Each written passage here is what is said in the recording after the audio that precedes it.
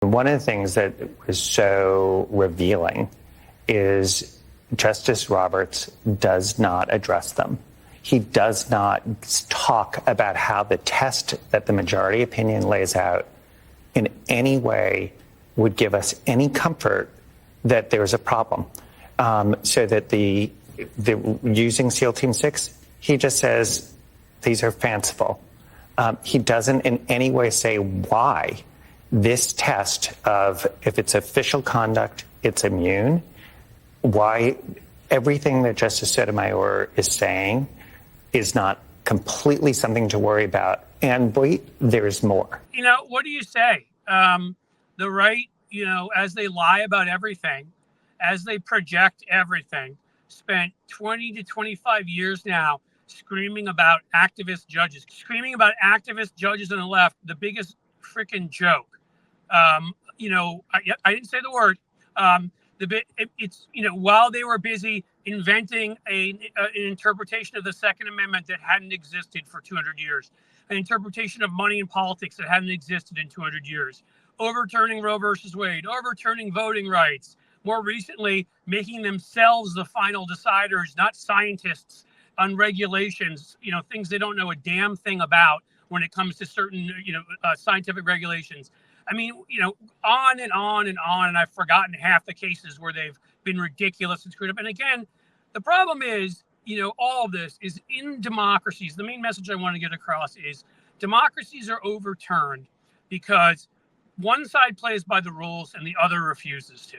And one side takes advantage and takes advantage and takes advantage. And yeah, we've fought back a couple of times. And now, luckily, we've got a whole new generation of fighters, you know, and that's what my whole channel is about, highlighting them. But our whole party mentality has to change. We should be running against the Supreme Court right now, pointing out there are 6 extremist partisan Republicans, Brett Kavanaugh, John Roberts, and Coney Barrett, all worked on George W. Bush's 2000 campaign. Gorsuch's mom was the frickin' EPA administrator under Reagan. You know, Clarence Thomas, and the biggest joke of all time, was at the Equal Opportunity Employment Commission under Reagan. They worked for Republican presidents and campaigns. They're Republicans in robes, which is what I wish people would call them. And right now, Biden should add to Trump that he is running against fascism. He is running against authoritarianism. He's running against a king. On this 4th of July, we are running against a king again, and people that want to overthrow our democracy, and that now includes the right-wing majority on our Supreme Court. They got there, again, the final thing I'll say before I kick it back to you, they got there by stealing numerous seats, but one of them was, again, because we were asleep at the wheel. We let them get away with it in 2016 because we kind of just figured Hillary was going to win. And it's got to stop, okay? You know, I liked Biden's speech the other night, but, you know, none of this, I don't want to hear any more that, oh, well, we're going to make sure not to use any of the powers. Use the damn powers given to you. Not for bad, not for evil. Use them for good, okay? You have extra powers now to make sure people aren't committing crimes that are friends of Trump's. You have extra powers now to rein in the Supreme Court. Do it. Be like FDR. Stand up and start running against these sons of bitches, if I can say that. And if I can't, sorry, I'll pay the fine. No, well, but your point is exact. They're risking Biden having this power and ability under the argument of, well, he'll never use it. I mean, Trump will use it, but he'll never use it.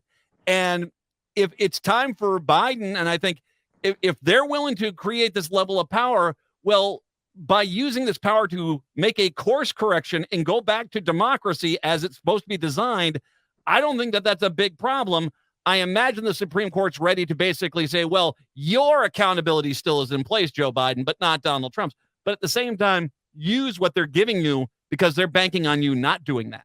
Yes. If you understand history, you look at these moments, they come along every 60, 70, 80 years because power always wants to win over, and a small elite, whether they be a religious elite, a financial elite, or all of them together, often they're the same, want to tell the rest of us how to live our lives, take our money, and you know, basically have us all be their servants. That is what this is. Mm-hmm. And you have these 6 unelected right-wing hacks who don't know a damn thing about half the things that they pontificate openly about. They've gotten so many easy facts wrong that you can only imagine what we don't hear that they get wrong. the majority opinion says, with respect to the Department of Justice, that part of the criminal case that was brought by Jack Smith is out.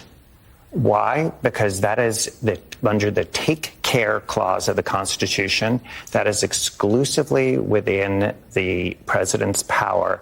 And so even where there is a sham prosecution, he is immune.